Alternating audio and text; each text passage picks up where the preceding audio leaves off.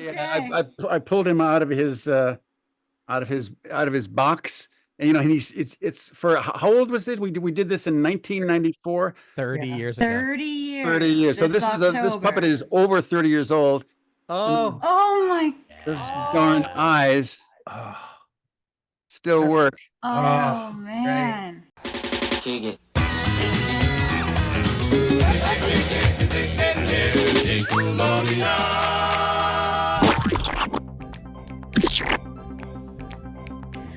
Welcome to Splat Attack, a 90s podcast honoring the slime-filled past. I'm your blue Zootabega-loving doodlehead cat.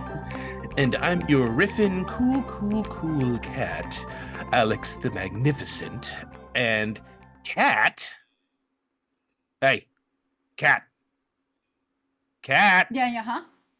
What are you doing? Yeah? What are you doing staring out the window? We have a show to do. In a minute. You can learn a lot from just taking a step back and observing the world around you. There's so much to see and do, and I learned so much by Hey, look, some of our guests are arriving in the studio. And they're invited by guess who? Well, me? I invited them. Joining us in the studio to help us celebrate the 30th anniversary of Allegra's Window. Oh my gosh, how does the time go so quick? Are some of the Hummingbird Alley residents. Come on into our studio space. Take a seat. Introduce yourselves and tell us your role in the show. Who all is here today? Hi, my name is Tim Lagasse. I was a puppeteer. Allegra's Window was my first real television puppet gig in the entire universe. I played Mr. Cook, and I played one of the Hummingbirds. Don't remember which one. And I had to work in the armpits of everybody else to my great joy and detriment. Hi, I'm Bob Stillman. I was Reed. And I was one of the carbon-based life forms on the on the show. We're cast for our musical talents and our ability to talk to furry little things, puppets. Yeah, And have good hair. and have good hair. Hi, I'm Martin Robinson. I was kind of involved with the project towards the beginning, back when it was actually called Beatnik with Nickelodeon. It was? What? Yeah, it was originally called Beatnik, and then it evolved and morphed into what it is now, or what it became. I was working with Jim Jenkins and Jan Fleming on it. They brought me in. I think my agency. We all had the same agency and brought me in on it. So my company that I actually cobbled together for this job made the puppets, and I was involved with the casting. So of course I cast all my best friends, which just happened to be the finest puppeteers in the world, and including Tim Lagasse, who became one of the finest puppeteers in the world. And because I was casting, I was able to cast myself in a couple of plum parts too. My name is Andrea Frierson, and I played Miss Melody, the daycare teacher, Allegra's teacher. And it was my great joy and pleasure. I learned a lot. What did you learn, Andrea? Well, I'm glad you asked me. The first thing I learned was when you have to enter a scene, you don't have to enter from way down. It was like action, enter, and I thought, I didn't know I could just step into the frame. So that was my first lesson, but there were many to follow and much joy. Hi, I'm Pam Arciero. I was Lindi, the dancing dog, and the ballerina dog, which is kind of a good description of me. And and I was Sonata, Allegra's mother, as well. And that was lots of fun. It was one of the most fun shows ever to work on, I have to say.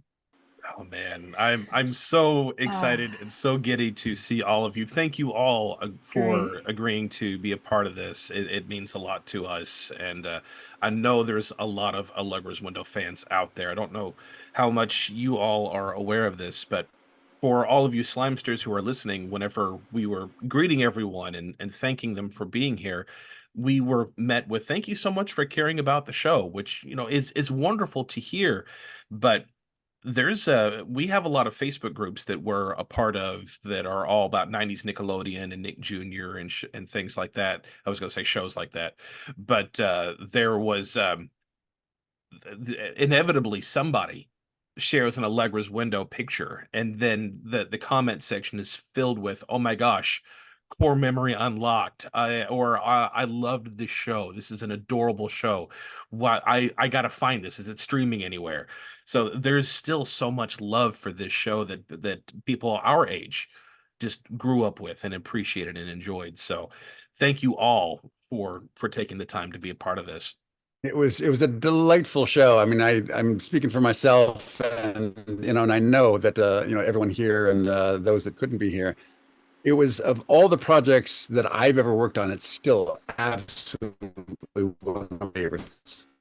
Yeah, I was rewatching, as an adult. I remember certain songs and certain episodes as a child watching, and then just rewatching some of these now. I'm just like, I was grinning ear to ear, just like, again, core memory unlocked, and oh, that's so adorable, or just even wonderment for, and trying to think, how in the world did they choreograph that, and with the people and the kid puppets. So it's just so much fun to revisit too. I saw the Mr. Cook babysits episode. Oh God. I was watching something on the first season. I said, "Ooh, this is a little. I think we did better than this."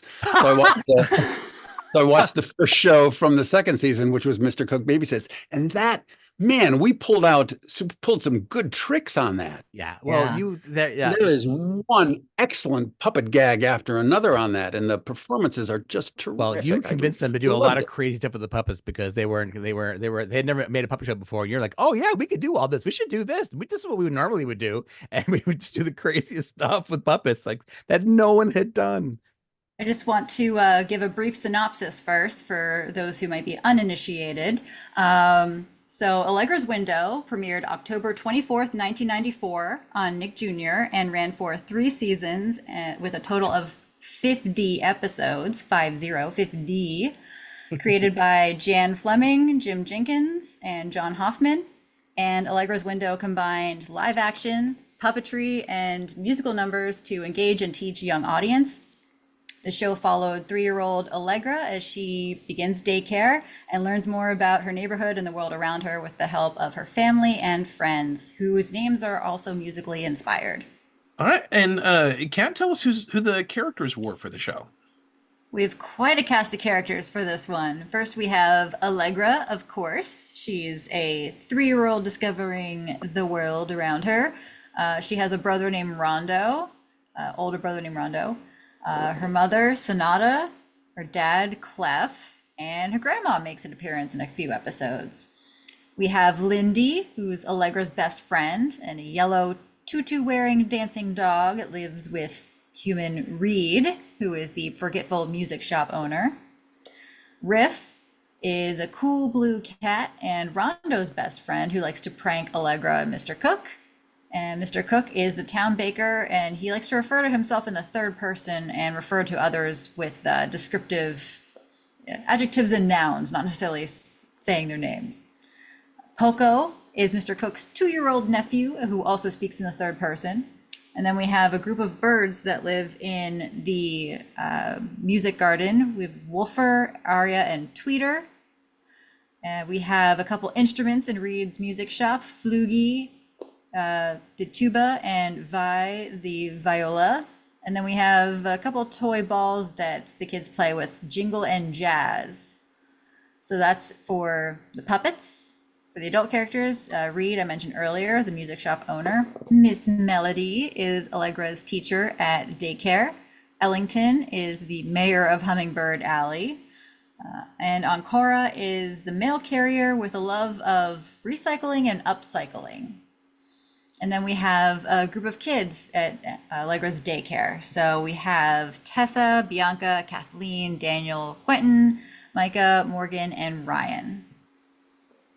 Obviously, since Jan could not be here for this episode, but Martin had already given some information. What do you remember about getting the show off the ground? Oh, yeah. I mean, like any show. I mean, everyone was really excited, and they were running around with lots of ideas and a lot of wasted energy and a lot of wasted money. Going down blind alleys and things. I guess at the beginning they were trying to find out what it was, and Nickelodeon wanted this music-based show that involved flexible thinking, which kind of is a pretty wide range. And I remember it being very difficult getting okays on the designs. I mean, the original designs were very cartoon-like and really nice drawings by Jim Jenkins, but then they had to be translated into something that could actually work in 3 dimensions. And so there was a lot of drawings that went back and forth on that project, trying to get agreement on things. I did so many drawings of Allegra that I finally and that I'd bring them in and they would get no, it's got to be this, and this. So I finally made a model, a 3-dimensional clay model, and brought that in and said, okay, this is my proposal. What do you want different? It's clay. Move it any way you want. And at that point, Jan Fleming kind of went in and she pushed some things here and pushed some things there, and then stood back and said, okay, that's it. And then I had something solid to start with. I can definitely see the Jim Jenkins inspired art. Rondo now, if you look at him, he looks like Doug with more hair in a way. He's Fat Doug. Yeah. But very often we had to make the necks a little fatter. I mean, they had to be at least wide enough for a hand to go in, and then you could make them elastic so they would go around your wrist. So so Pam probably had the smallest wrists of the group. So but the original designs for Lindi she had a very skinny little neck that no arm on the planet. I mean, she could go still on. did. She had a very small neck for a puppet. I mean, she was. But we made sure that neck was was really close to your wrist, and then overscaled it. Now with the designs for Riff had this tiny little neck in the drawings, and for this character we decided to I really wanted to keep the little pencil neck. It was just it's just very much Jenkins style. So the hand only goes this far, and this is this skinny little neck, but it's got push cables up inside. This thing is ancient, but it still kind of works. And the returns are the returns working on that thing? The returns don't work.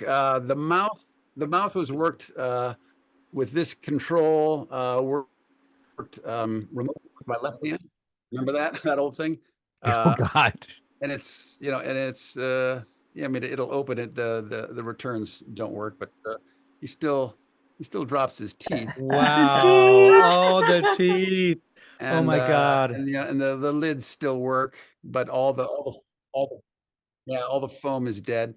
So the levers for the eyes are in here. The push cables for the neck are in here, and then all the mouth are remote. So that was specifically so I could keep Jim's design of this skinny little neck guy.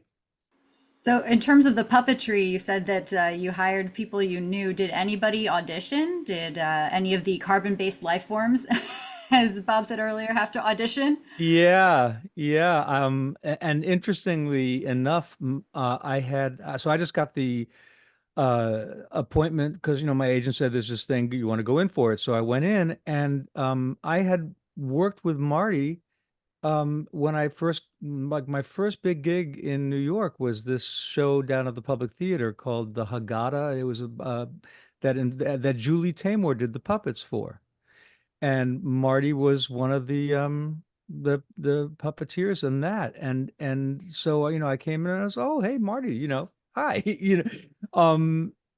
and then the thing I remember from the audition, well, there's two things I remember. One is that I heard from down the hall, I heard somebody like warming up on guitar, and it sounded exactly like James Taylor, who I'm a, I worship James Taylor. And I thought, who the hell is that? And I walked around the corner, and it was Livingston Taylor, who was also auditioning for my part. It was his brother Livingston, which freaked me out. But I got the part. And the other thing was, I remember talking to Pam. Pam was holding, I don't know if were you holding Allegra? No, I don't remember. I Were think you it was, Lindi yet? yeah, it might be Allegra because Kathy wasn't there. Kathy wasn't available. Yeah. Yeah, I think it was Allegra. And I just remember this feeling of like I just sort of talked to the puppet because that was, what it was. And I just remember getting this reaction from the crowd, like, oh wow, he can talk to a puppet like it's a person. And and I think you even said that to me. Yeah. So it was sweet. That's the key sometimes is, can you develop an instant relationship with an inanimate object? With a sock. Pam's Yeah, hand. With a sock. It's a magical thing. I was also 7 months pregnant for that audition. Oh, yeah. Wow. Right. I sat on the floor. I gave my son, the audition was probably in February, I'm thinking, or March. I mean, April, no, February or January, February sometime. And my son was born the end of March. And I was a single mom. I had a son who was 8, and I remember I got him home. I got him some Chinese food, and I went out to the audition, and then they were like, can you come back? So I went home and, had dinner with him, and then I came back. But I had a very similar experience as Bob, just feeling like I just believed it, I believed. Yeah. Somebody who was auditioning, I think it was probably Bob, after the audition kind of looked down and said, oh my God, you're pregnant. Yeah, that sounds like my style. Yeah. Yeah. Yeah. It was probably me. And I was sitting on the floor. So until I stood up, you probably didn't notice as much either. Yeah. I think you had the monitor, propped onto your bump. Yeah. Well, that explains Luke right there. Nikki was born with a monitor dent in his head. Luke. Luke, okay, Luke, that was Luke. That makes Yeah. more sense. Yeah, he was also born, it's like seeing everything in reverse. Everything is flipped. Everything's flipped, yes. Tim, what do you remember about the auditions? So I was in Philadelphia working for we're getting ready to go on tour with Mum Puppet Theater, and I got the call to come in and audition. So I took a train, an Amtrak up that morning, and I ran in to the Soho, to the offices where they had the auditions. And we were flying out that night for Canada from Philadelphia. I had to get back that night. And I got in and I thought, oh, good, I'll be here at noon, I'll audition and be out. Boom. I sat in line for like 3 hours while they were all, I don't know what they were doing. And then all of a sudden Jim Jenkins John Hoffman invites me in, and Marty's there. I put on the puppet and I do what I gotta do. And Marty's just looking at me going, oh, you're better than I remember. But it was like 5 o'clock, and the last train to get me home on time was at like 5:30. So I thanks guys. And I ran out the door, and I jump into a cab, and I go, Penn Station, and step on it. And he goes about 4 blocks. It turns a corner, and a giant dump truck comes careening out and smashes into my cab. And I'm trapped between the truck and the garbage on the side of the street. I couldn't get out of the back of the cab, and I'm like, I have to get this train. I have to get the train. So I kicked out the back window. I handed the cab driver $20 and said, "I'll see you later." Oh and I my ran. God. And I ran to Penn Station and I made my train. And I Wow. sat down and my legs were What? covered in glass. And I'm like, what did I just do today? What did You are you making this up? This is What? 100% true. And Never the heard- the great I never ending of heard the that story before. is You we never got told you the this part. story? Oh, I kicked out the back window of a cab to catch a train. That's just wow. who does that? I do. Oh Tim, yeah. apparently. Who Absolutely, gets to do Tim. that? By the way, John Hoffman says hi. He said to tell everybody it's a wonderful day for him. Uh, Well, Kat and I were just talking before everyone had signed on, wanting to know how exactly did you film everything? Because I mean, Logistically. yeah, because there was a lot of, I mean, there's kid actors and then you've got the puppets that we have to do also. How did everything work? I want to kick this off. From yes, from, please, because that's too complicated a question. From the- Answer that. I'm not from the answering that. from the perspective of a humanoid who had never done this before, right? I have never, and I still say this to people to this day. I have never seen people work harder than the puppeteers on a show like this. And I don't know whether it was truer for this show than it would be for other shows, because some of I think as Marty said, the ambitions got greater as, like, oh, let's try this shot, let's try that shot. You had a lot of people who were sort of in the sandbox playing and were really coming up with, maybe we can do this, where he could, comes running down the stairs and then he hits into, whatever it is. But the amount, so I'm standing there and I'm at the counter, I'm at the Reed's desk or something, and there are 4 people on the floor contorted into all of these what must be horribly painful positions, with their arms up, and they're watching a monitor which they have to interpret backwards because there's a right-left discrepancy there, because the camera is looking at you and you're looking at the camera's vision of you, and they're just interpreting everything backwards and relating to each other and getting the oh my God, it was just the hardest working people, and most and cheerful about it. That's the thing. That's what got me.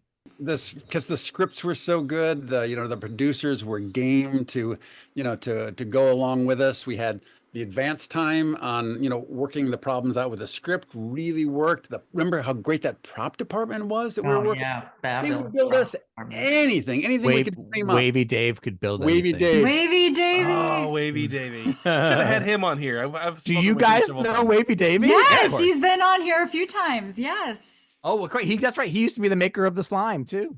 Mm-hmm. He The did maker of the Wienerville. He slime. did, yeah, he did a lot. He did a lot. Yeah. He was really good with us. Wonderful guy. Yeah. I just want to acknowledge Don Sebesky too. The Oh, music, yeah. beautiful. Thank you. Now, if you don't know who Don Sebesky is one of the, now correct me if I'm wrong, music people, but he teaches one of the most sought after jazz composition classes in the world. Like thousands of people audition, taught. Yeah, Yes, I'm sorry. Right. Yeah, taught. And he would pick like 50 people, and he was like this monster. Like Barbara, he arranged for Barbara Streisand and for everybody. Everybody. And he was writing this kid show, and I'm this kid who has no idea who he is, and I'm like, oh, what a nice little man that makes good music. And I'm like, no, this guy's a monster. And he was writing children's show because he had kids. He's like, oh, my daughter's at the right age. I thought it'd be fun to do a kid show. Yeah, and we've all worked on on shows that had good music, and but it's more child oriented music, sometimes a little simple, sometimes they throw the public domain songs at us. But Sebesky was the best. Those compositions were so sophisticated and so fun, and I still sing, oh man, it's hard to believe, I think I'm in love with a frog named Steve. He's the coolest cat you had in school. Yeah, we had to hear all those songs a lot. They're burned in our skull somewhere. Yeah. And the inside of my skull are all Yeah. the lyrics to all these songs. But weren't those songs great? They're the They best. were. Oh, Full, the full best. disclosure, I wrote a bunch of them. I just want to That's say. true. That's Thank true. you. True. Yeah. Put it Absolutely. out on me, hey? What are some of your favorite songs that you remember? Or what are some ones that they're just earworms that are stuck in your brain? I was watching, I don't remember what the name of the episode, but I made it myself. The kids were myself. learning to make puppets. Oh, If you had something better, make it yourself. Right. Yes. Okay. Make it yourself. Sing it right? if you know it. I only know the chorus. Now, Everybody. now, Pam, you said bath time. Yep, cause it's bath time. Oh, your bath time. Bubbly, bubbly, dub, rub dub dub, bubbly in the bubbly tub, and we disappear.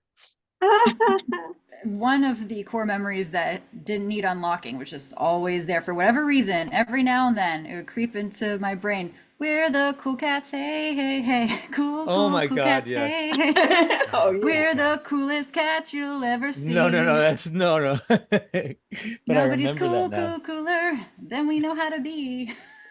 I can keep going, and I don't know why. It's just like one of my childhood songs that's locked in there. That's an Allegra's Window song? Yeah, it's season 1.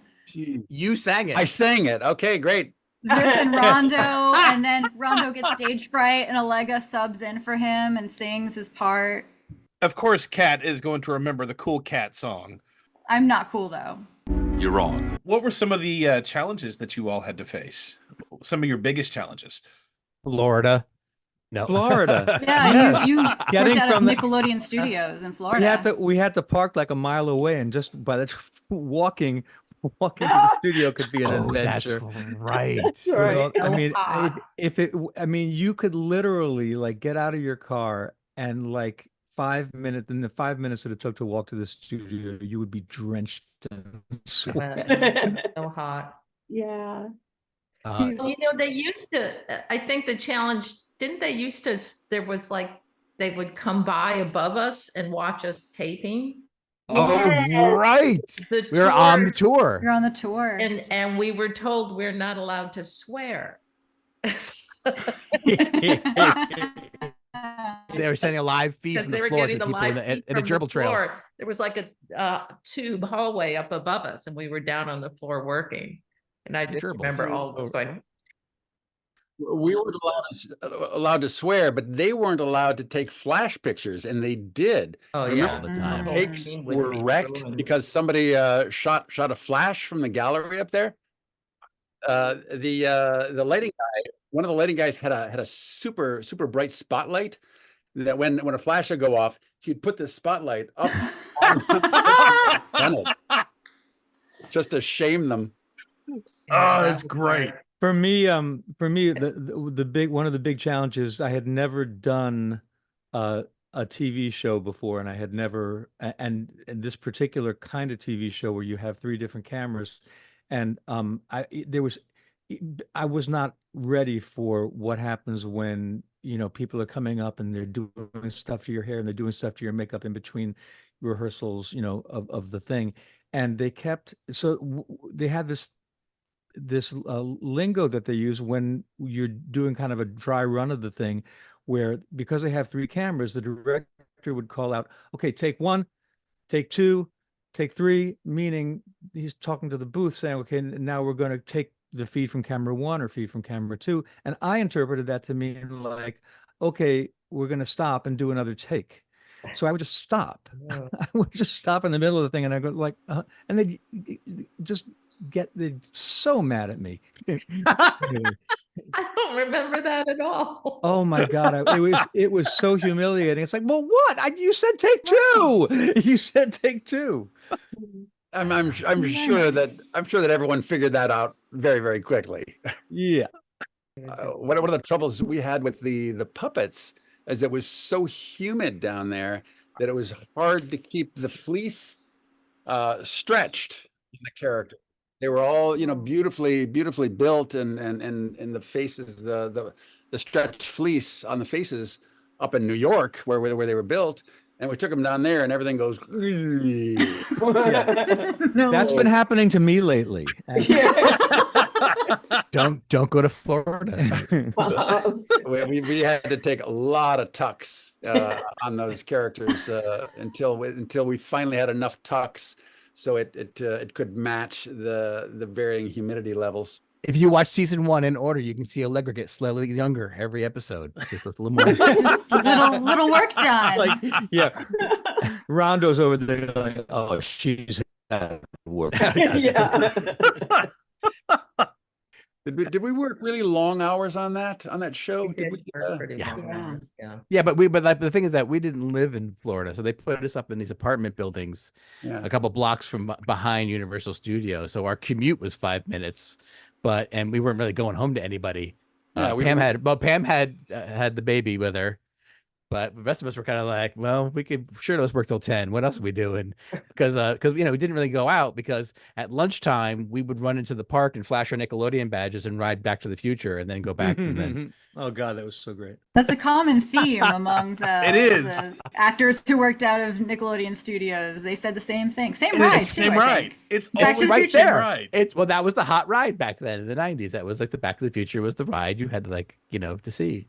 And it was also short. And also, if you flash your badge, you got to the head of the line. So you didn't, you're like. Tim, you remember the time we flashed our badges, got into the restaurant and ate a big plate of tainted Oysters. Oh God. and then and the you, me, Anthony, All got sick at different times. we were all Oh, sick as can be. oh no. It was awful. How many episodes did you film in a week? 2.5. Yeah, I think it was 2.5. That's the usual kind of children's Wow. television touch. 3-camera shoot. That's how you get 2 days to shoot an episode. That's why you shoot 3-camera. You can shoot it faster. You get all your coverage all at once, kind of soap opera style. And then and also back then there was one tape. So they were like, when they were calling take 1, take 2, that was the cut. There was no way to kind of fix and edit. You can shorten something, but you couldn't fix anything because it was one big digital tape, and that's it. Episode's done. Move on. So usually the pace. Yeah, every once in a while you got like 3 days if you were doing a special. I think the Christmas special they gave us extra time to do because they had all that crazy. Oh my God, that shot of Mr. Cook just sitting in the middle of the snow. Yeah, we buried you in snow. Buried me in fake snow. That it was like basically shredded sandwich bag. Yeah, that took about 2 years. I found that in the lint of my laundry washer dryer for years after that. And I remember one time, which took extra time, which was there was a garden piece that was in the shape of a piano. We had to crawl. So it had a layer of dirt, and then underneath it, it was empty. And Lindi was digging in the dirt. So I had to climb into this little space, coffin-sized space, put my arm up through the hole in the wood and the dirt. And I was in there for like 4.5 hours. Oh, wow. And I wasn't alone. Someone else was in there with me. It was me. It was me. Was it You and you? I were in the Yeah. piano. Thanks for not remembering. We spent how many hours together at a piano? The problem is it was semi-claustrophobic. So that's really what comes back. And right? all the dirt is falling through the hole on you too. Falling through the hole. and It's like they have the being buried goggles on. alive. Like being buried alive. and Lindi was never the same after that show because the dirt that they were using was shredded tires, which had a little base. So she was a little grubby from then on. Yeah, that's true. She was always grubby. Pam, you remember the time we covered you in leaves and you got bitten by a brown Bit by a spider. Oh my God. Yeah, I was covered in leaves and I got a recluse spider bite that turned into a big hole in my leg. Jeez. What fun working in Florida. Which would have turned into, if we hadn't taken care of it, would have turned into death. Yeah. In about 3 days, I was at the doctor's going, what is this? I think a spider bit me. Wow. I'm remembering this now. Yeah. But it was a great shot because she was buried in leaves and the character was sitting on this pile of leaves. Man, was it worth it.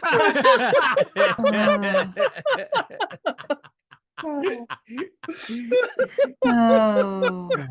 Sorry. Jeez. Sorry, Things- Pam. Things we do. Yeah. No, it was a great job. Andrea, Telling me, oh no, the leaves are fine. The leaves are fine. The leaves are fine. They were not fine. leaves are painful. Andrea, what was it like working with the children? You had a lot of scenes with the kids in the daycare. Well, I had, before I got this job, I was actually teaching a little class down at Henry Street Music School, like a little acting class for little kids. So, in fact, I have a picture of myself with them on, it looked like some brownstone steps. And then when I actually was on Allegra's window and there were steps leading up to the daycare, there was just a little like, ooh, so a little something Art imitating Yeah. life.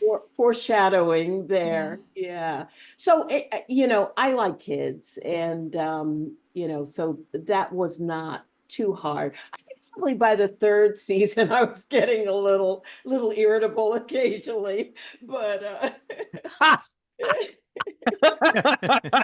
Oh no. You were always sweet and wonderful with them. That is not true. That's all I remember. Yeah, I remember they all loved you. It was very sweet. And the other funny thing about kids, though, is that all of our kids ended up being in the show. Marty's kids and my kids. My mother was even in the show in the background, wheeling my newborn baby through in the stroller in the background of one of the shots. It was very fun. It was such a family. We were such a family because we were isolated, right? Because you go to Florida and we're all from mostly New York, but definitely from other places. And so you become this really tight-knit community of performers and your family becomes part of that. I think both Bob and Andrea sang at Louise and Anthony's wedding that we had in Florida. Right. It was very fun. They got married down in Apopka, Vineland, didn't they? Yes, right. They got married at our the apartments we were staying in had a beautiful pool area, and that's where the wedding was. So. That's where we all were every Sunday. That's where Anthony hooked us with his great cooking. He was the real life Mr. Cook. Yes. You didn't want my cooking. I was like 22 at the time. You didn't want me to cook. Trust me. Okay. But I just loved your character, Tim. I just loved Mr. Cook so much. He's got so much heart and so much. You just brought so much to that character. The weird thing is, I was the youngest person in the room playing the oldest character. It's true. True. And the oldest person in the room was playing the youngest character. That's true. Before Rondo. Kathy Mullen. Oh, Kathy Mullen. Yes, Well- that's true. Well, then Poco came about. Yeah, Poco ruined that whole thing. Who did Poco? Anthony. Well, going along with characters was how much of the character is something that you gave to it. Like is there a piece of you that is in each of the characters? Yes, I mean any puppet character you see, if there's anything you like in it, it's because of the puppeteer. I mean, the writers write great scripts, and the puppet builders make beautiful puppets, and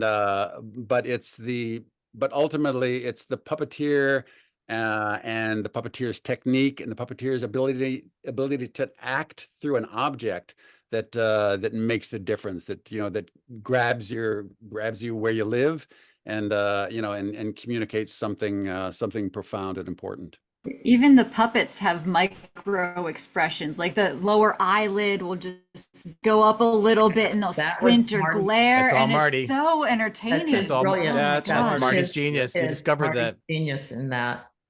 Oh, I love Dad so much. Oh, Liv. Behind the It's scenes, Dad is Clef. very different. Clef is very different off camera than he is on camera. I just want to say. I just want to warn you now. I pulled him out of his box, and and it's for how old was it? We did this in 1994. 30 years ago. 30 years. 30 years. So this October. puppet is over 30 years old. Oh, Oh my. Those darn eyes still work. Oh man. You know, it's so you do the lower one and it, and you know, open the mouth a little bit. Looks like a smile. Yeah. You know, they can look down and think. They can look up. It's Right. it's so cool. It's amazing. Can I, Marty? What is your when you get a puppet like that, right? What do you spend time just sort of practicing, looking to see what expressions you can come up with? Do you spend time just sort of staring at the thing while you're, manipulating it to? Yeah, absolutely. Yeah, yeah. Every puppet is different. You have to learn, learn your tool, learn, how the action is, how the, like the action on a piano. You gotta figure out how the mouth works, what the focus is. If there's a mech, how to work the mech and how to, incorporate that seamlessly into the character so it doesn't look like something that's pasted on. I built all the mechs for the characters, so as a puppeteer, I built in, mechs that I wanted to work, that I knew would enhance the characters. And there's the things that no one's ever built before. So like we all came in kind of going, okay, great. This is new. Let's see what this does. It's like I've never seen eyeballs like this on a puppet ever. Never happened before. It hasn't happened since. Really? Yeah. Not really. No. No, I can't think no. of another character that has that. That's I can't think of amazing. one either. Baby, but yeah, Baby Yoda. The mech that I made for Mr. Cook's glasses was really cool, and I haven't really seen that since then. It's sitting in my garage right now, and it's just sitting in a bag full of toast. Go get it. I was actually thinking about filming me opening the bag and opening up Mr. Cook and seeing and putting it on TikTok, because it's gonna be he's all skin and no Lindi, structure. yeah. Oh. He's just I can't bring myself to open the bag. I'm terrified to open the bag. I don't want to see him like that. I don't want to see him like that. But then I want to take them all out, and then I want to remove, and I want to just preserve the mechanism somehow. I want to find a way to just make it a piece of sculpture that I can play with, because it's got the joystick. So Marty built insane stuff, and I'm a kid with my first TV show, and I'm just expecting like, yes, this happens on every puppet show. They hand you all this crazy stuff, and you have to figure it out. The glasses had pupils that had magnets in them, and then behind the glasses is another magnet on 4 strings, and with this giant joystick that he made on a lathe, you move it and it would move the pupils around the eyeglasses. And if I moved too fast or too hard, it would bang the magnets and his eyeballs would fly off. So half of the blooper reel is just Mr. Cook's eyeballs just going flying off into space. And then behind the glasses, if you lift the glasses up, which you could, because all the mechanisms ran down the sides of the glasses into the skull, so you can just lift the glasses up. He had a set of little black eyes with upper and lower lids that I had never used. wow. I think maybe I did like in one show just to use it. And I had this controller for both those lids that would just hang. I was inside Mr. Cook. Mr. Cook was a giant bell. So I could sit, I didn't have to ever worry about my head. I didn't have to duck out like everybody else. The puppet would just hide me. And the controller for those two, the lids that you never saw, just sitting in there, just hit me in the back of the head over and over again while I'm puppeteering. And I'm like, what? Do I need this? I'm never using it. What does this button do? What does this do? What does the triggers do? I think once. I think maybe twice if we're lucky, but probably only once. So what are some of the other differences with the puppets then? I'm very intrigued how the different mechanisms worked for the different puppets. So Cook had the glasses.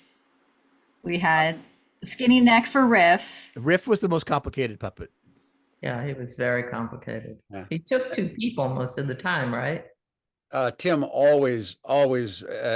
I always collaborated on him. Yeah, he was complicated. I couldn't work his hands or some of his other parts at all because I was busy. Yeah, because your left hand did all the lip sync. Your right hand was doing all the movement of the head and the dropping of the teeth and things like that.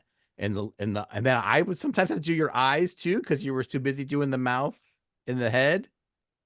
The eyes were always in the body, so I had to do the eyes. But I had 2 heads. Remember, we could switch out the heads. I had the happy head and the horror head. Right. Horror. And it's when he was full of bluster. He always had the happy head on, and then he would get foiled and and mess up in some spectacular way, and then we'd stick the horror head on, which had which was designed to frown, and when the eyes went bigger, and then I built the throw riff for throwing through scenes when he had to. He's fly. armatured so we could pose him any way we wanted and just throw him. Yeah. But this is Kat. This is one of the things that stunned me, was that they could get two people. It could require two people to create a performance of a scene for one character, and they would spend the time somehow and get that done. It was just astonishing. The puppets are instruments in and of themselves. What's more astonishing that Marty convinced him to let him build two heads for Riff. Yeah, that's the most impressive part. That's the most impressive part. I need to make two heads. The only way it's going to work. Gosh. Oh, no. You really look horrifying now. No. Now I can never unsee that. Him out in years. This is throw riff. Oh, that's a throw riff. This is throw riff. Yeah. Yeah.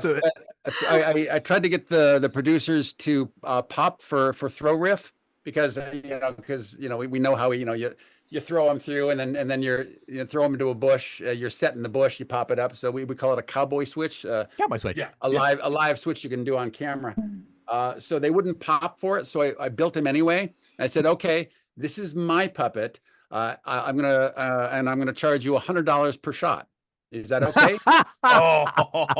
and they said, yeah, that's a great deal. Well, after we were up to about $5,000 worth of shots, they said, okay, what was that original cost for the puppet again? We threw him all the time. It's the most fun thing to do ever. Funny. Oh my God. Oh, that's so clever. Terrible. A little toasty.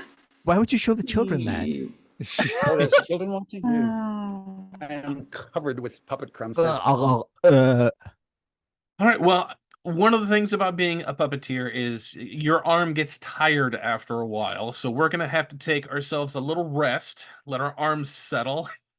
These guys are pros. They don't need the rest. I do. But we're going to take a step out for a few minutes, see what all is going on in the world of Splat Attack, and we'll be back in just a few minutes, because these guys have got tons more stories to share and that you guys aren't going to want to miss. So stick around.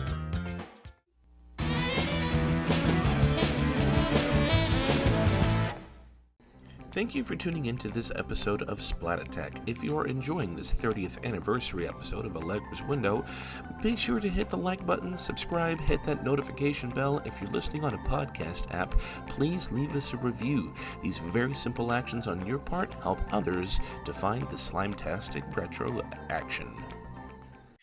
It is a new season, which means we've got Sam Reacts back over on Patreon, along with some new Splat Chats, new in the Slime Light, new Game On, and Slime Streams twice a month. Go over to patreon.com/SplatAttack to join the Gackoids and have some more nostalgic fun that you won't get anywhere else.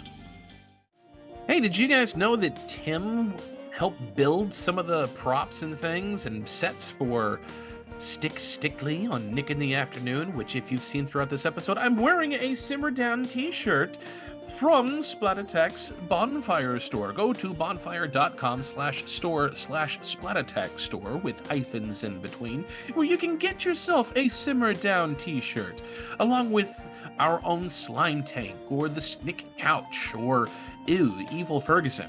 All kinds of fun stuff over on our bonfire, so that way you can represent Splat Attack and tell your friends about us. Thank you. You guys are awesome. October, LA, SplatCon. Go, because we'll be there. Hope you'll be there. It'll be October 19th and 20th at the Hilton in LA. Make sure that you use code ATTACK10 when purchasing your tickets for 10% off of your tickets, or use code ATTACK25 so that way you can get $25 off of your hotel bundle. We'll be there. Hope you will be too. Tune in next time when we prep for Halloween with a versus battle between Goosebumps The Haunted Mask 1 and 2. never too early to enjoy some spooky, scary fun. Join us here on Splat Attack.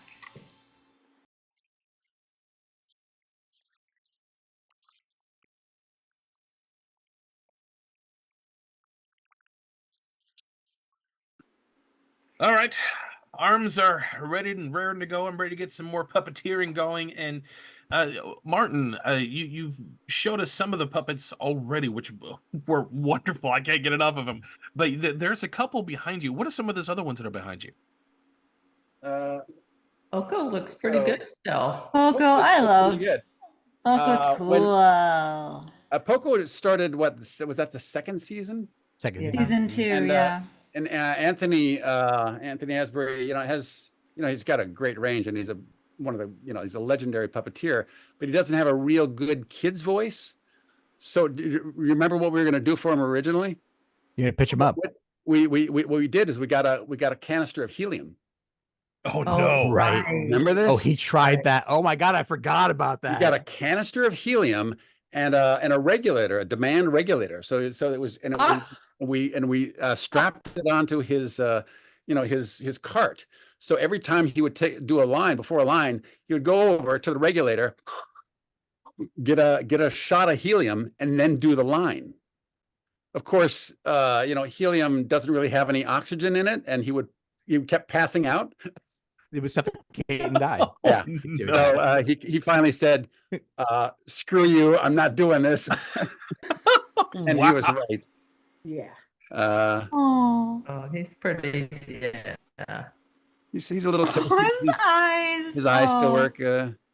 He was always had a very squidgy little face, which is just getting Yeah. squidgier and squidgier as he decomposes. It's happening to all of us. It's happening to all Yeah. of us. But and he would never use the arm rods. He just You would walked just like by. waddle.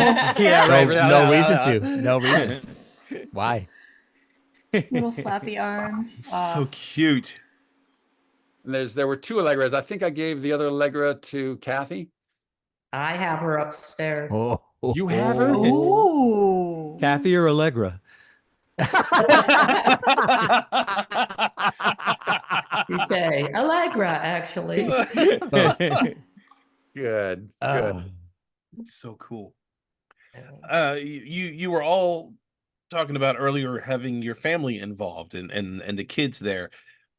Did you ever have any kid performers that were fully in belief that these characters were real before they came out?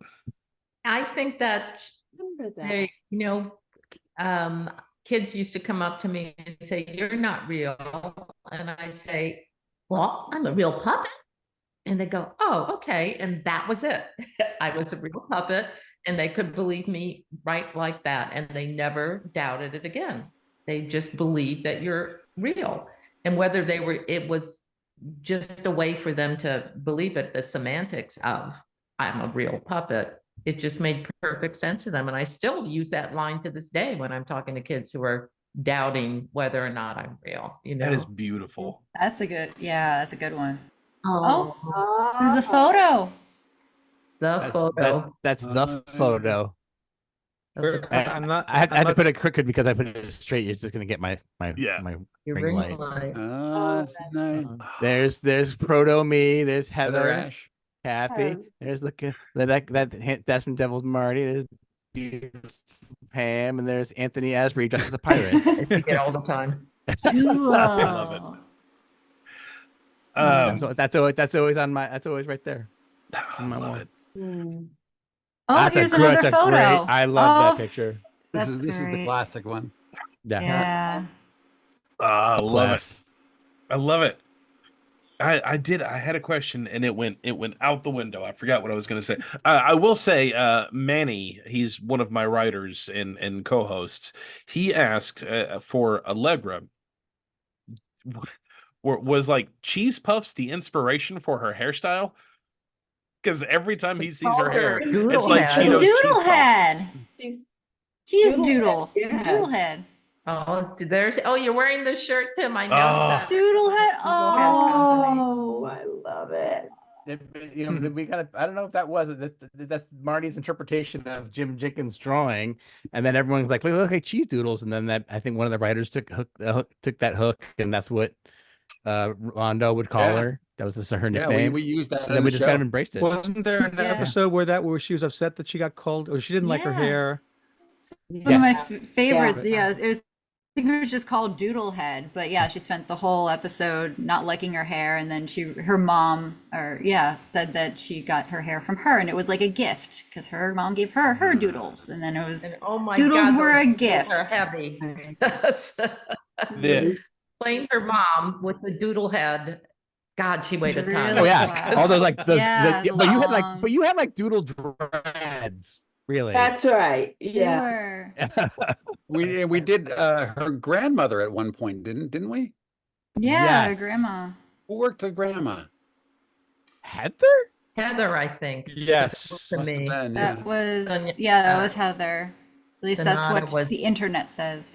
Yeah, Check Sonata us, was- please. The internet They knows were all. together. There they are. Doodle. Each one individually sewn and stuffed Yeah. Hmm. And sewn and placed on. in its perfect order. Now, is Allegra the only one with like dark blue eyes? She is. I specifically gave her a dark blue as opposed to some of the others, but I think that they were all some version of blue. Black tends to be, except for Riff. Riff is totally black, but I think the rest of them, no.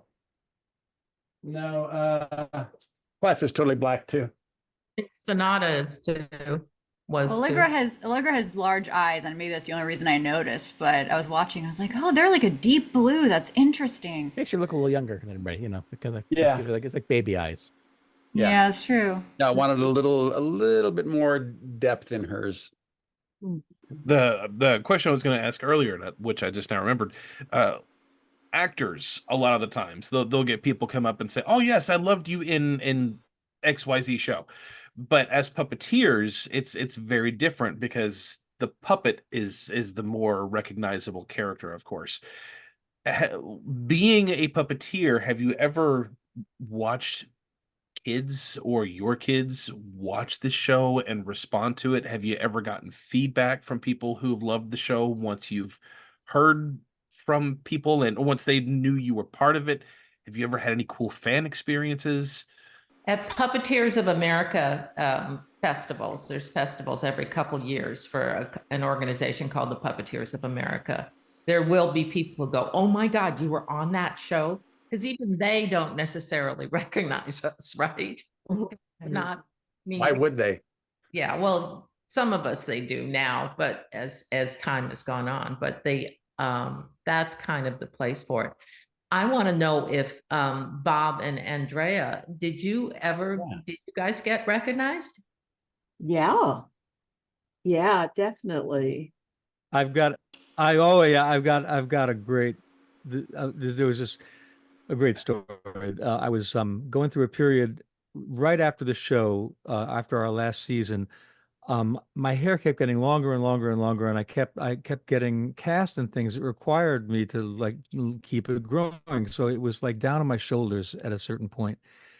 And this was also a period I had gotten used to kids sort of like looking at me and doing a double take. You know, it's like because they recognized me from the show. So I'm sitting on the subway one day, and I see this standing in front of me. There's this father and his young kid, and the kid looks at me, and he looks up at his dad, and he goes, and I thought to myself, okay, here it comes.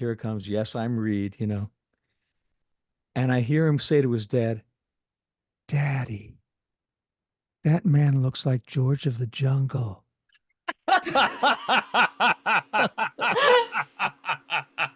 That is a compliment. That is a compliment. I suppose. Flattering. Oh, but the other thing, and this is truly amazing, is that I was doing a show. One of the show that I had grown my hair long for was about a singer songwriter who was dying of AIDS. Right? I mean, it was a comedy, but it had a lot of fun in it. But it was a very serious thing, and the lights went down, the house lights went down, and I started to sing in the darkness, and then the lights came up on me singing, and I hear in the pause between the first and second line, I hear this little voice go, "Mommy, that's Reed." I could not believe that there was like a 5-year-old kid, yeah, I mean, in this audience to begin with, and it was, it was, yeah.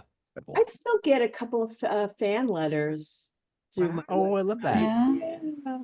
Yeah. Do you get people contacting you on social media, or Andrea, do you get that? Yeah. Yeah. Alex That's how did. it happened. That was Alex. This really I'm weird one of guy, them. Alex, keeps Yeah. emailing me. Yeah. And This emailing really me. weird guy that finds people, messages them profusely Oh, I have a until they give in. podcast. How funny. But Kat had asked earlier for any favorite songs. Do you have any favorite episodes or favorite moments that were part of the show? So it's my first job, and I'm cast in a room full of my heroes. I have Kathy Mullen and Marty Robinson and Pam Arciero and Anthony. I didn't even knew his work, and I'm like, what am I doing here? These people are just monsters, and they're so good at what they do. And and I've been doing some work with Kathy before. She's kind of suggested that Marty see me, like God for her. And so then but a lot of the work I did, Mr. Cook was not a lot. So mostly I was right-handing and, learning at the feet of masters. And then there was a day where I was doing my puppet and I needed a right hand. And usually I had Heather helping me because it was like, we were peers. And Marty's like, "Oh, I'll right hand for you." And I'm in the background. I'm not even in the scene. I'm in there. There's something's going on in the foreground, and you can see through the window of Mr. Cook's, and he's sitting in there, and he's just tooling around in the kitchen, and there's always potatoes on the table. And Marty is doing Marty Robinson's doing my right hand. Oh my God, Marty Robinson, this is amazing. So they rolling and action, and Marty just starts picking up potatoes and stuffing them into my pockets. Didn't even ask. Normally when you're right-handed, you kind of go, "Hey, I'm thinking about doing this. Is that cool?" Like, "Oh yeah, you should know," because like usually you're right. Not completely disregards everything. So I'm not even looking at that hand, which is really wrong. Normally you would look at the hand and you would pick up the thing, but so all of a sudden my hand just kind of goes smooth off screen and just starts grabbing potatoes and just like sticking them in Mr. Cook's pockets over and over and giggling. I think I have a microphone on. I can't laugh, and he's just hysterical, just stuffing props into my pockets of the whole scene. Jerk.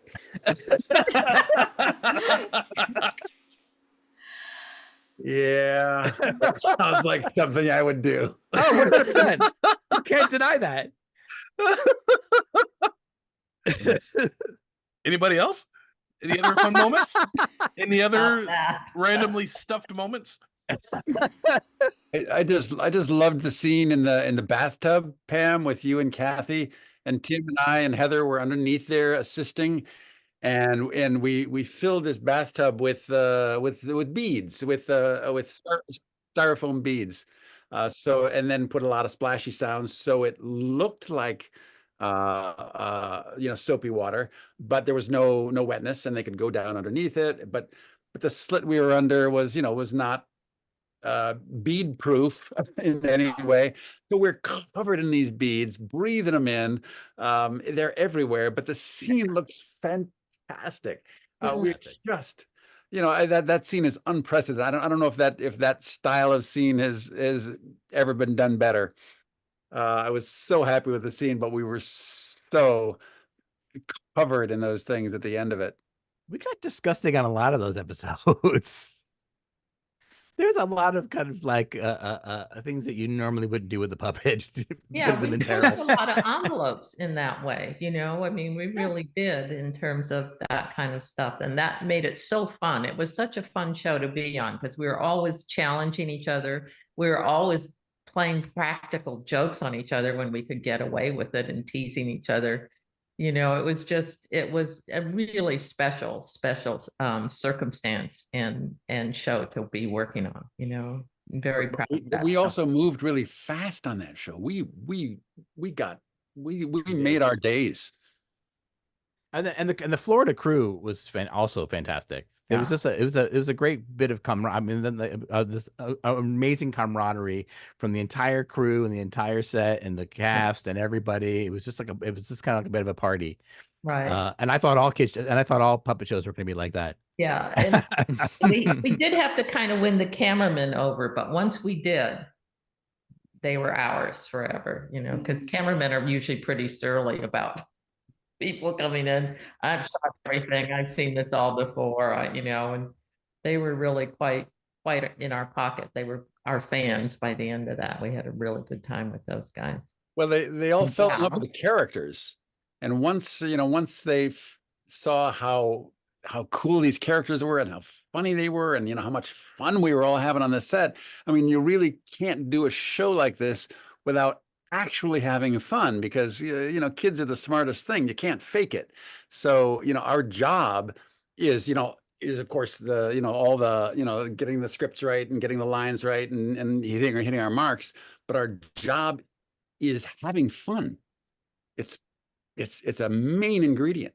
And it was a much freer show than other shows that we eventually came to work on, in terms of the producers were very free with us. They trusted us. They gave us a lot of autonomy at what we wanted to do. And if we explained why we were doing it, we totally were given permission. And that's pretty rare. A lot of shows, you have people clamping down on you and saying, no, we have to do it this way. We have to that'll cost too much money. We're not going to do it. And they didn't do that to us. It was fantastic. But I don't know where this was. I tried to find, there's a picture floating around on the internet, and I couldn't find the article that it's directly linked to, because too many people have found it, saved it, and shared it again. But there was at one point a few, at least I'm assuming, some of the actual props, some of the actual puppets that were part of an exhibit at a museum somewhere. Martin, does this at all sound familiar to you? Louisville. Okay. Yeah, I sent them all out there. They were on exhibit for a couple of months. They did a lovely job. I shipped them all out. They shipped them all back, and they were all still in good shape. That's awesome. How long ago was that? Yeah, I don't know, 5 years ago. So yes, it was fairly recent. I Yeah. thought it was, because they looked like, of course, it had been a few years and they had deteriorated some, but they still looked in good shape. When you had been sharing them, I was like, they look virtually the same from that last picture. Yeah, they are in much better shape than they have any right to be. Yeah. Honestly. Yeah, for 30 years. I also sent them up to the museum, the Ballard Institute Museum up at Right. in Storrs, Connecticut. They had them on They display. were on display there too. Yeah. That was a lot longer ago. Did they request specifically for characters from Allegra's Window, or was it just, wow, I love it. I love that there's still love for the show, and others are pursuing that. That's so cool. I'm sorry. I'm getting a call. Vega. Studebaker phone. I stole so many props. I have a Studebaker that Tim gave me that goes on my Christmas tree every year. Right, yeah. Alex, before you wrap it up, I do have one more technical thing I want to show you. Please. We'll lap it up. We love this stuff. I cannot get enough. That I brought this down. Background. The hummingbirds. Yeah, the Oh, hummingbird. wow. I haven't seen those in years. Wow. Those were spectacular. Oh, yeah. This is Boxo hummingbirds. This is all of the humdingers. There's 3 versions of the mother, and I think 3 versions of your character, Tim, because a human had to hold it in his hand. And there's Tweeter. Yeah, Tweeter. This little one. Yep, which was designed to be held in a hand. The throw tweeter. And then there's throw tweeter, which is here for throwing through scenes. They're actually and then these other ones with the high speed motors to do their wings and stuff. These are genius. These are genius amazing. puppet engineering. There's one version of the mom that is a marionette and it flies on just 2 strings, but they weren't strings. Marty ran, instead of strings, he used wires to run the power into the puppet, because the puppet was so small he couldn't fit a battery inside the puppet. Wow. So he had a regulator at the end of it, on the end of a pole that he shoot string, so he can fly it through the studio and regulate the speed of the wings as he made it Crazy. fly Oh, through. wow. Those- They're such great gorgeous. Hey, He still wow. has she still has her little cables on, Oh, and Art, the she's power gorgeous. box is around here someplace. Yeah. And something about the hummingbirds is that the hummingbirds, you had a little control to move their head, another one to move their mouth, and you saw how big they're this big. I still needed Pam to do both my wings, so it took 2 people to run that puppet. Is and we were up in a tree, so we had to stand on a ladder with our arms over our head, because they wanted to put him in the nest up high up in the tree to shoot past it down into the set. So we would stand on ladders and like working this tiny little thing, and Pam was in there just doing my wings. Here's the nest. That's the God, I've actual seen- nest. Seen that in 30 years. Oh, My God, is that? I forgot about that. I don't know if the mouth still works. Let's see if it works. There it goes. Oh, there you go. Ah. Wow, Marty, that's amazing. Still works. Crazy thing. So we were up in the tree, Yeah. and it was Oh, no. second season. So first season, now you have to understand, we went to work and I had an 8-week-old baby. So I wasn't sleeping at night. I was working the show all day long, and we were there till he was 6 months old. So we were there 4 months. And I was just, basically when we were done, I was exhausted. I can't even tell you. So the next year we come back and we're doing stuff, and I'm up in the tree with Tim doing these things, and I'm making some joke to him, and he goes, "You're really funny." I go, "Uh-huh." And he goes, "Well, you weren't funny last year." I said, I knew you were gonna tell that story. oh. What happened? You weren't funny before. So did you were you like lip syncing with the puppets, or were you doing the voices live, or Doing how the does voices that live. work? We all Okay. did the voices live. The songs were pre-recorded as most puppet shows do, because not our humans, our wonderful human actors would sing live, but we would pre-record. I guess pre-recorded some of the time, right? What, the humans? Yeah, you. Oh, I don't think so. no, don't- just I don't think live so. to the tracks, you know. No, you sang live with us usually. We were always pre-recorded though, so Mhm. I forgot We why you cheated. asked that. But yeah. It was an interesting process. We had beautiful music on that show always between those you two. Oh my goodness. The the songs best. you would sing was so great. What was the song that Reed sings to Lindi when he has to go away?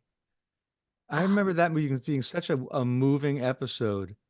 I Me too, mean, but the song's not coming to me because Memory Game just came into my head, which was Sonata's song.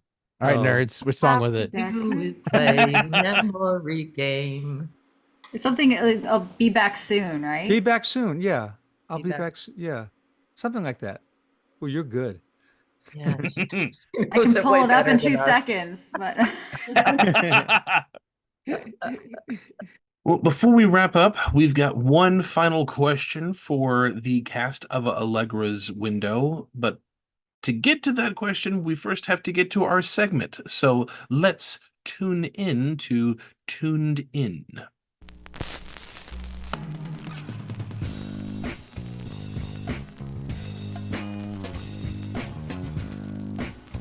Tuned In.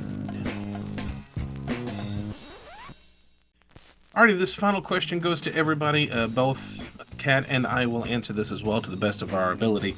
But the question is, if you could pick one song, any song, it doesn't have to be specifically to Allegra's Window, just any song that you can think of that ties to a memory that's related to being a part of Allegra's Window, or a song that relates to the show itself.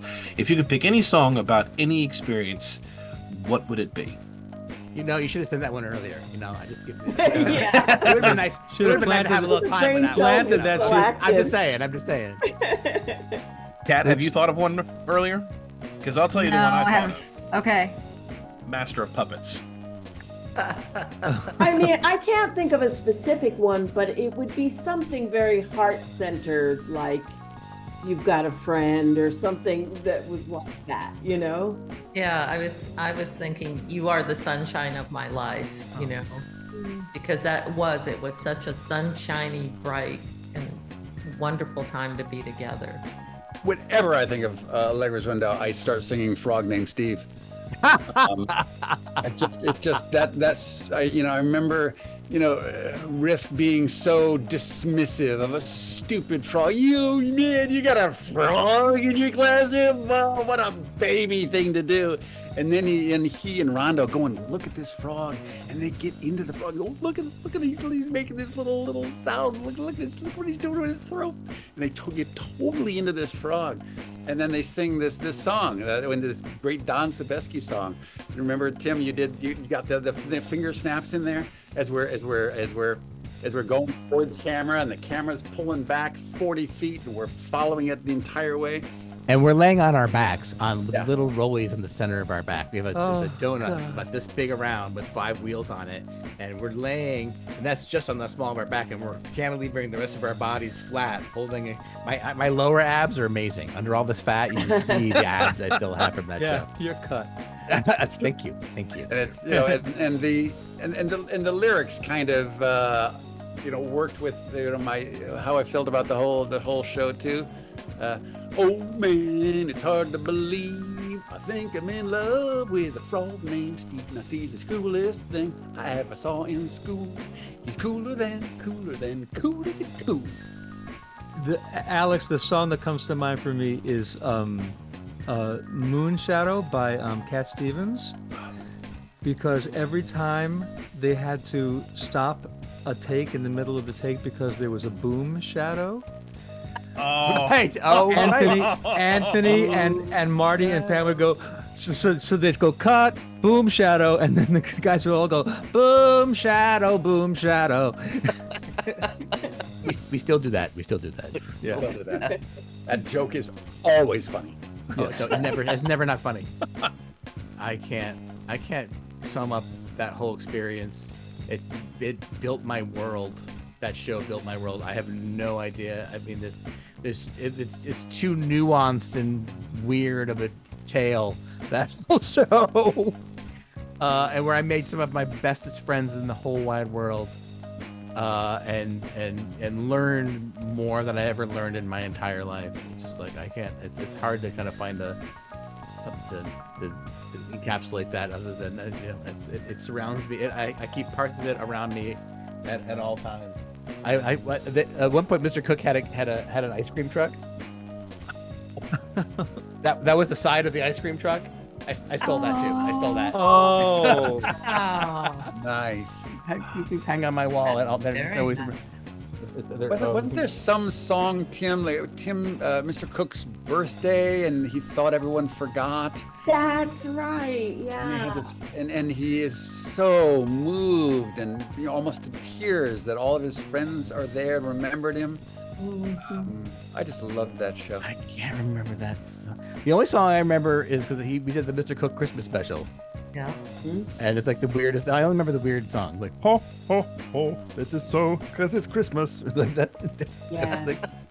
That was the thing. We all, like Jim Jenkins and I decided that Mr. Cook had a terrible voice, but he sang beautifully. He sang like Gomer Pyle. Oh, right. That was the like, yep, that's what we're gonna do. all right. Well, that is going to be it. All of you Slimesters who are listening, but every episode we have our closing question for all of you who are listening / watching this episode. Our closing question is, what are some of your favorite moments from Allegra's Window?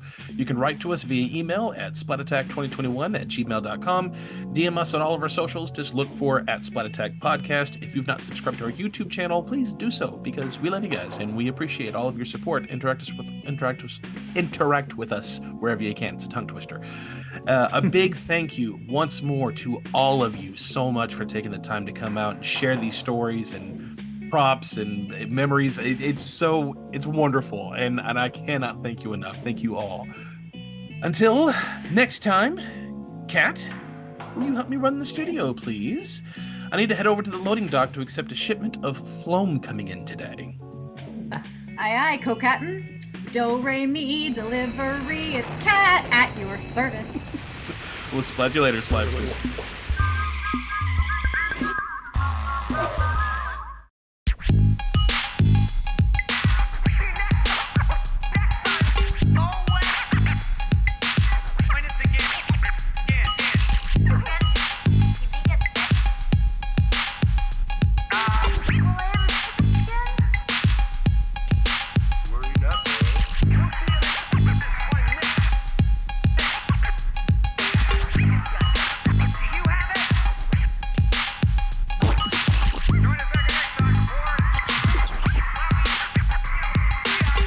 This episode was recorded at Splat Attack Studios in virtual home studios, though none in Florida.